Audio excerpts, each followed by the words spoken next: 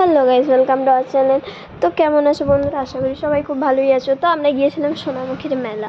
তো মেলাতে এখানে মা তো কিছুতেই আসতে চাইছিলো না। তো যাই হোক মাকে জোর করে মেলাতে নিয়ে এসেছিলো।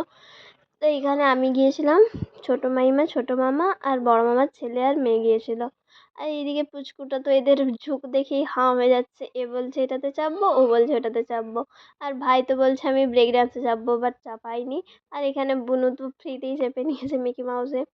তো মেলাটা খুব বড়ই ছিল।